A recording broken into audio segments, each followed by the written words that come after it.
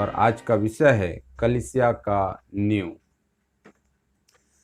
कलीसिया का नींव एक महत्वपूर्ण एक विषय है और सबसे पहले मैं बताना चाहूँगा कि एक जो मकान है वो मकान को जब हम देखते हैं बहुत ही सुंदर दिखाई देता है, लेकिन उस मकान की मजबूती मकान के सुंदरता से नहीं होती है, वरन उसके अंदर जो नींव है वो नींव से है कि वो कितना मजबूत है। हालेलुया। ना मकान की सुंदरता से उसकी मजबूती का पता नहीं चलता, परंतु उसके नींव से है वो कितना मजबूत है।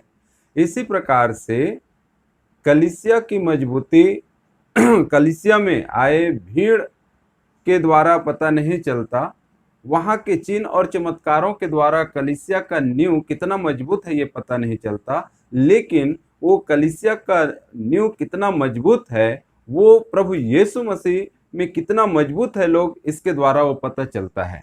हालेलुया। तो आज हम देखने पाएंगे कि कलीसिया का नींव क्या है।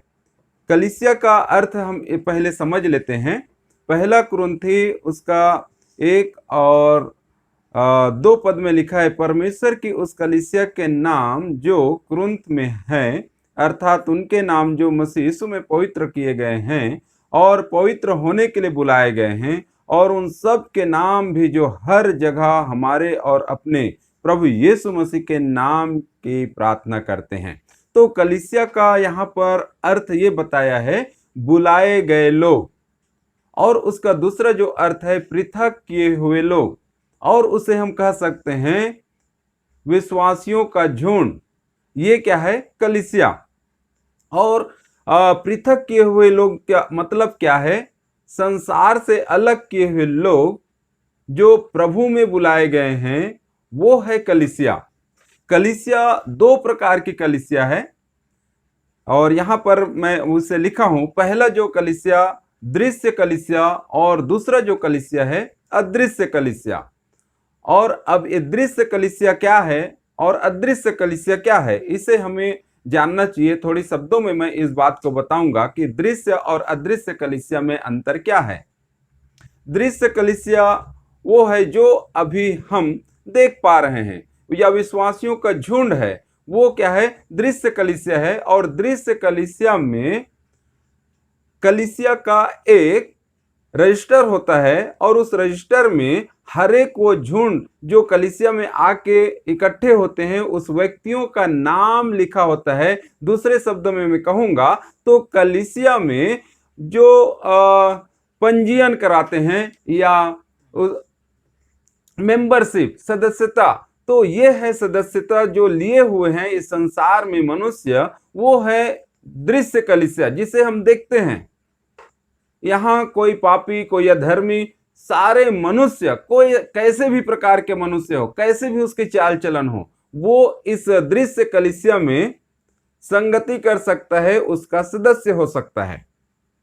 उसका जीवन कैसे भी हो, उससे कोई फर्क नहीं पड़ता। लेकिन अदृश्य कलीसिया वो है जिसे हम देख नहीं सकते।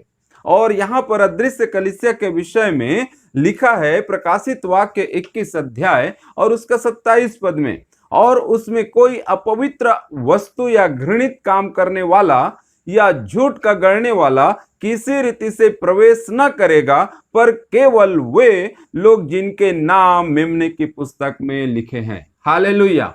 तो अदृश्य कलीसिया क्या है? अदृश्य कलीसिया वो है जो स्वर्ग में है, और वो प्रभु यीशु मसीह या परमेश्वर के मेमने के जीवन के पुस्तक में जिस व्यक्ति का नाम लिखा हुआ है, और वो बातें हम देख नहीं सकते, हम जान नहीं सकते। लेकिन उस अदृश्य कलीसिया में सम्मिलित कौन होगा? जो पवित्र है, जो घृणित काम नहीं करता है, जो झूठ का गढ़ने वाला नहीं है। ये लोग जो है अदृश्य कलीसिया के सदस्य हैं। हालेलुया। तो 2 प्रकार की कलीसियाएं हैं, पहला दृश्य और दूसरा अदृश्य। अभी जो हम लोग यहाँ पर हैं कलीसिया में, ये दृश्य कलीसिया है। हम में से हम नहीं जानते कि किसका जीवन प्रभु में कैसा है, हम बाहरी से देख सकते हैं। लेकिन अदृश्य कलीसिया में प्रभु के मेमने के पुस्तक में नाम लिखा होता है। यहाँ कलीसिया के रजिस्टर में आपका मेरा नाम लिखा हो सकता है, लेकिन ये जरूरी नहीं कि अदृश्य कलीसिया में मेमने के जीवन की पुस्तक में हमारा नाम लिखा हो। आगे हम बढ़ेंगे। पहला कुरिन्थी की पत्री 1 अध्याय और 4 से 9 तक के भागों को जब हम यहाँ पर पढ़ते हैं, ये कुरिन्थियों की कलीसिया के विषय में पौलुस यहाँ पर लिखता है। और कुरिन्थ की कलीसिया का जो स्थापना है प्रेरित पौलुस के द्वारा किया गया है। और प्रेरित पौलुस इस कलीसिया के विषय में बहुत सारी बातों को वो बोलता है, प्रशंसा करता है। जैसे लिखा है, मैं तुम्हारे विषय में अपने परमेश्वर का धन्यवाद सदा करता हूं, इसलिए कि परमेश्वर के अनुग्रह तुम पर मसीह यीशु में हुआ, कि उसमें होकर तुम हर बात में अर्थात सारे वचन और सारे ज्ञान में धनी किए गए, कि मसीह की गवाही तुम में पक्की निकले। तो ये कलीसिया की प्रशंसा प्रेरित पौलुस के द्वारा किया जा रहा है। कैसा है ये कलीसिया? यहां पर देखते हैं, ज्ञान में धनी है, वचन में धनी है, और क्या है, आगे जब और बढ़ते हैं 7 पद में जब देखते हैं, वहां पर वरदान का धनी है। ये कलीसिया में किसी भी बात की घटी नहीं, वरदान से भी भरा हुआ कलीसिया है। और लिखा है, तुम हमारे प्रभु यीशु मसीह के प्रकट होने की बाट जोहते रहते हो। और कैसी कलीसिया? ये बाट जो होने वाली कलीसिया है, वह तुम्हें अंत तक दृढ़ भी करेगा कि तुम हमारे प्रभु यीशु मसीह के दिन में निर्दोष ठहरो। और परमेश्वर सच्चा है, जिसने तुमको अपने पुत्र हमारे प्रभु यीशु मसीह के संगति में बुलाया है। तो ये कलीसिया कैसे दिखाई दे रहा है? बहुत अच्छी कलीसिया है। आप यदि सुनेंगे, इनकी प्रशंसा को सुन रहे हैं, कितना अच्छा है। वचन का धनी है, ये ज्ञानवान है, ये सारे प्रकार के वरदान से भरे हुए हैं। हो सकता है चंगाई का वरदान है, भविष्यवाणी का वरदान है, सामर्थ का वरदान है, परख का वरदान है। सारे वरदान से ये कलीसिया भरा हुआ है। सब कुछ सही है, अच्छा है। लेकिन क्या ये कलीसिया का नींव मजबूत है क्या? ये जानना है। कुरिन्थ की कलीसिया का नींव मजबूत है क्या? ये सारे ज्ञान सब चीज होने के बावजूद भी क्या एक कलीसिया का नींव मजबूत हो सकता है क्या?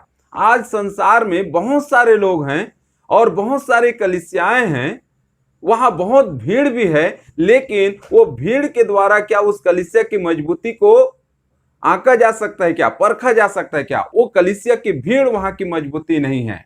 हम इस बात को देखेंगे, कलीसिया की मजबूती क्या है। पहली जो मैं बात बताना चाहता हूं, प्रेरित पौलुस द्वारा इस कलीसिया का नींव रखा गया। कहां की कलीसिया? कुरिन्थ की कलीसिया का नींव प्रेरित पौलुस के द्वारा रखा गया। और पहला कुरिन्थी उसका 3 अध्याय और 10 से 15 तक के भागों में जब हम पढ़ते हैं, यहां पर हम इस बात को पाते हैं। लिखा है, परमेश्वर के उस अनुग्रह के अनुसार जो मुझे दिया गया, मैंने बुद्धिमान राजमिस्त्री की नाई नींव डाली और दूसरा उस पर रद्दा रखता है। यहां पर प्रेरित पौलुस कहता है कि कुरिन्थ की कलीसिया का नींव मैंने रखा है यीशु मसीह के द्वारा, यीशु मसीह के नाम से। और अब क्या है, उस पर कोई दूसरा आके उस नींव पर रद्दा रख रहा है। नींव कैसा है? प्रेरित पौलुस के द्वारा वो बनाया गया है। वो कलीसिया की स्थापना प्रेरित पौलुस के द्वारा परमेश्वर किया है। परंतु अभी प्रेरित पौलुस कुरिन्थ की कलीसिया में नहीं, अन्य जगह चले गए हैं। और इसलिए वो बात कहता है कि उस नींव पर अब दूसरा व्यक्ति आकर क्या कर रहे हैं? वो रद्दा रख रहे हैं, अर्थात उस कलीसिया की अगुवाई कर रहे हैं। जैसे मैं बताऊं, मैं पहले तुमड़ी बोर्ड में जाके सुसमाचार का सेवकाई किया, वहां पर मेरे द्वारा परमेश्वर ने कलीसिया की स्थापना किया। और लेकिन अभी क्या हुआ कि दूसरा आके उस कलीसिया की अगुवाई कर रहा है। लेकिन वहां की कलीसिया की नींव किसने बनाया? किसके द्वारा तैयार किया? परमेश्वर। ये बात है, वहां का नींव कैसा होना चाहिए? नींव मजबूत होना चाहिए। यदि नींव मजबूत नहीं है, कलीसिया भी मजबूत नहीं होगा, वो बिखर जाएगा। यहां पर प्रेरित पौलुस कहते हैं दूसरा उस पर रद्दा रखता है, परंतु हर एक मनुष्य चौकस रहे कि वह उस पर कैसा रद्दा रखता है। प्रेरित पौलुस यहां पर स्पष्ट कर देता है कि दूसरा उस पर रद्दा रख रहा है, लेकिन वो व्यक्ति चौकस रहे कि वो रद्दा वो किस प्रकार से रख रहे हैं। जिस प्रकार से नींव निकला है, नींव निकाला गया है, क्या उसी प्रकार से रख रहे हैं या नहीं रख रहे हैं? यदि उसी प्रकार से वो रद्दा नहीं रख रहे हैं तो उनका काम आने वाले इस समय में वो प्रकट हो जाएगा, उसका काम जल जाएगा। हालेलुया। कलीसिया का नींव मजबूत होना। और 11 पद में लिखा है, क्योंकि उस नींव को छोड़ जो पड़ी है और उस यीशु मसीह है, कोई दूसरा नींव नहीं डाल सकता। हालेलुया। कलीसिया का नींव क्या है? प्रभु यीशु मसीह। चिन्ह और चंगाई नहीं है कलीसिया का नींव। कलीसिया का नींव है प्रभु यीशु मसीह। और प्रभु यीशु मसीह में जो दृढ़ है, उसे जानकर प्रभु के पीछे चल रहे हैं, वो कलीसिया मजबूत होगा। चिन्ह और चमत्कार को देखकर पीछे चलने वाले कलीसिया वो मजबूत नहीं हो सकता। वो फिर से उनके जीवन में तकलीफें आएंगी और वो फिर बैकस्लाइड हो जाएंगे, पीछे चले जाएंगे। लेकिन जो प्रभु यीशु मसीह पर अपने कलीसिया, जो यीशु मसीह को जाने हैं और यीशु मसीह के पीछे चल रहे हैं, वो उनके जीवन में यदि तकलीफ भी आए, बीमारी भी आए, कुछ भी आए, वो पीछे हटने वाला नहीं है, क्योंकि वो सच्चाई को जान लिया है। मेरे प्रिय लोगों, एक सही कलीसिया वो है जो सच्चाई को जान लिया, प्रभु यीशु मसीह को जान लिया और यीशु मसीह के पीछे चल रहे हैं, न कि कोई मनुष्य, न कि और कोई अन्य। और यहां की जो कलीसिया की बातें मैं बता रहा हूं, क्रोन की कलीसिया, प्रशंसा किया पौलुस, लेकिन इस कलीसिया में बहुत सारी बातें हैं जिसे अभी हम देखेंगे। तो पौलुस द्वारा रखा गया नींव, क्रोन की कलीसिया, और भी बातें हैं इसमें, हमारे पास समय कम है, हम जल्दी आगे बढ़ते हैं। दूसरी जो बातें हैं, संसारिक ज्ञान से कलीसिया का नींव मजबूत नहीं हो सकता। संसारिक ज्ञान के द्वारा कलीसिया का नींव मजबूत नहीं हो सकता। संसार के ज्ञान के विषय में परमेश्वर का वचन लिखा है, पहला कुरिन्थी उसका 1 अध्याय और 19 से आगे जब हम पढ़ते हैं, लिखा है, क्योंकि लिखा है कि मैं ज्ञानवानों के ज्ञान को नाश करूंगा और समझदारों की समझ को तुच्छ कर दूंगा। अर्थात ज्ञानवान के द्वारा कलीसिया स्थापित नहीं किया जा सकता, उसके आधार पर कलीसिया स्थापित नहीं किया जा सकता। यदि कलीसिया का स्थापना किया जाए तो वो है स्वयं प्रभु यीशु मसीह, परमेश्वर के पवित्र आत्मा, उसी के द्वारा वो कलीसिया की स्थापना किया जा सकता है। लेकिन इस कलीसिया में, क्रोन की कलीसिया में ज्ञानवान हैं, यहाँ पर वरदान पाए हुए लोग हैं, यहाँ पर सामर्थ्य के काम करने वाले लोग हैं, ये सब लोग हैं। लेकिन आगे हम देखते हैं इसके कारण इस कलीसिया में बहुत सारी समस्याएं हैं। संसारिक ज्ञान का रखने वाला वो कलीसिया को मजबूती नहीं दे सकता। और आगे जब हम इसमें देखते हैं 21 पद में लिखा है, क्योंकि जब परमेश्वर के ज्ञान के अनुसार संसार ने ज्ञान से परमेश्वर को न जाना, तो परमेश्वर को यह अच्छा लगा कि इस प्रचार की मूर्खता के द्वारा विश्वास करने वालों को उद्धार दे। ज्ञानवानों को क्या कर दिया परमेश्वर? साइड किया। और आगे देखते हैं यहाँ पर, उसे अलग किया और किसके हाथों में दे दिया? परमेश्वर को यह अच्छा लगा कि यीशु मसीह के प्रचार के द्वारा क्या करे? वो जो विश्वास करेगा वो उद्धार पाएंगे। और वो उद्धार पाने वाला जो कलीसिया का भाग होगा, वो दृश्य कलीसिया और अदृश्य कलीसिया, दोनों कलीसिया का वो भागीदारी होगा। कौन? जो यीशु मसीह पर विश्वास करेगा। चिन्ह और चमत्कार पर विश्वास करने वाले नहीं, चंगाई पर विश्वास करने वाले नहीं, परंतु जो यीशु मसीह पर विश्वास करने वाले हैं, वो इस दृश्य कलीसिया और अदृश्य कलीसिया, जो मेमने के जीवन की पुस्तक में जिसका नाम है, वो कलीसिया में भी वो सम्मिलित होगा। यहां पहला कुरिन्थी उसका 1:26-29 में जब हम पढ़ते हैं, यहां पर लिखा है, हे भाइयों, अपने बुलाए जाने को तो सोचो कि न शरीर के अनुसार बहुत ज्ञानवान और न बहुत सामर्थी और न बहुत कुलीन बुलाए गए। कुरिन्थ की कलीसिया को प्रेरित पौलुस कहते, तुम्हारे बुलाए जाने को सोच लो, तुम लोग कैसे थे और किस दशा में थे और प्रभु ने उस समय तुम्हें बुलाया, उन बातों को याद रखो। और फिर कहते हैं, परमेश्वर ने जगत के मूर्खों को चुन लिया कि ज्ञान वालों को लज्जित करे। अर्थात इसका मतलब क्या है? ज्ञानवान के द्वारा, संसारिक ज्ञान के द्वारा कलीसिया मजबूत नहीं हो सकता। परमेश्वर उन मूर्खों को चुन लिया ताकि ज्ञानवान लज्जित हो जाए। आज हम देखते हैं बहुत सारे लोग हैं जो प्रभु में जब नहीं आए थे, उनका कोई भी समाज में लोगों के बीच में उसका महत्व तो नहीं था। लेकिन जब प्रभु पर विश्वास किए, प्रभु उन्हें ऊपर उठाया। उन ज्ञानवानों से भी बढ़कर प्रभु उन्हें अपनी बुद्धि को प्रदान किया। और वचन बताता है यहोवा का भय मानना बुद्धि का मूल है। उन्हें बुद्धि और ज्ञान सबसे परमेश्वर भरता चला गया। तीसरी जो बातें हैं, कलीसिया में फूट और मतभेद का ना होना। क्या है? एक मजबूत कलीसिया का जो नींव कैसे होना है? यदि वो मजबूत है, कलीसिया मजबूत है, तो उस कलीसिया में फूट, मतभेद या और अन्य प्रकार की कोई बातें जो सांसारिक बातें हैं वो होना नहीं चाहिए। यहाँ पहला कुरिन्थियों उसका 1 और 10 9 से जब हम पढ़ते हैं, 9, 10, 11 को, यहाँ पर हम पाते हैं परमेश्वर सच्चा है जिसने तुमको अपने पुत्र हमारे प्रभु यीशु मसीह की संगति में बुलाया है। हे भाइयों, मैं तुमसे यीशु मसीह जो हमारा प्रभु है उसके नाम के द्वारा विनती करता हूं कि तुम सब एक बात कहो और तुम में फूट न हो, परंतु एक ही मन और एक ही मत होकर मिले रहो। हालेलुया। इसका मतलब क्या है? कलीसिया का जो कुरिन्थ की कलीसिया और कलीसिया का नींव तो मजबूत था, लेकिन जो बाद में आया सेवक, वहां पर जिक्र किया गया है पहला अध्याय में, अपुल्लोस और भी कुछ सेवक आए, उनका जो सेवकाई है वहां पर कुछ ज्ञान से भरपूर था, संसारिक ज्ञान से और लुभावने वाले बातों से। और इसलिए इस कलीसिया का जो रद्दा ऊपर चढ़ रहा है वो कैसे हो गया? डगमगाने लगा। वो बिल्डिंग का जो मजबूती है वो कम होने लगा। और इसलिए प्रेरित पौलुस जब फिर से उस कलीसिया को देखता है और वहां पर इस प्रकार की फूट, धर्म, भेदभाव, बहुत सारे कुरीतियां वहां पर कलीसिया में फैला हुआ है, तब यहां पर ये बात को प्रेरित पौलुस कहता है, तुम में फूट न हो परंतु एक ही मन हो और एक ही मत होकर मिले रहो। क्योंकि हे मेरे भाइयों, खलोए के घराने के लोगों ने मुझे तुम्हारे विषय में बताया कि तुम में झगड़े हो रहे हैं।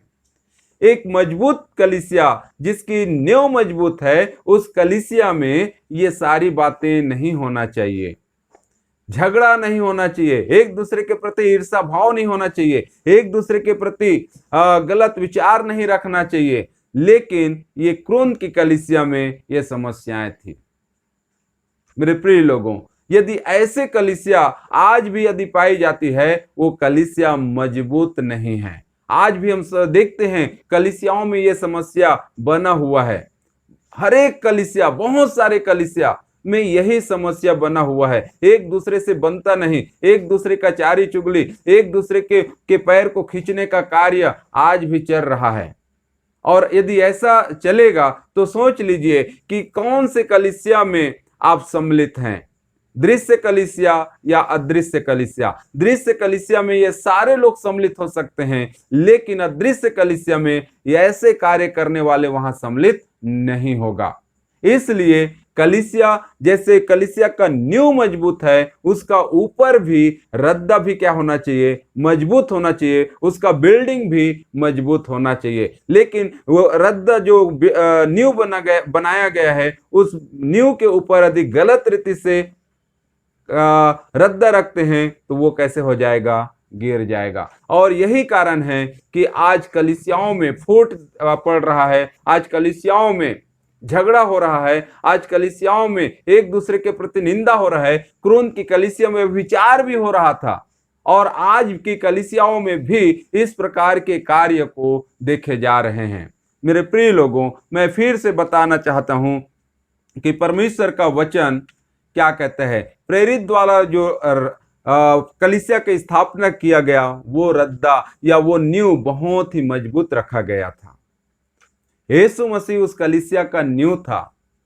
लेकिन बाद में क्या हुआ? जब प्रेरित पौलुस वहां से चले गए, उस समय वहां की कलीसिया में गड़बड़ी आना चालू हो गया। और क्या क्या होना? संसारिक ज्ञान को महत्व देने लगा, जबकि संसारिक ज्ञान का आत्मिक ज्ञान से कोई लेना देना नहीं है।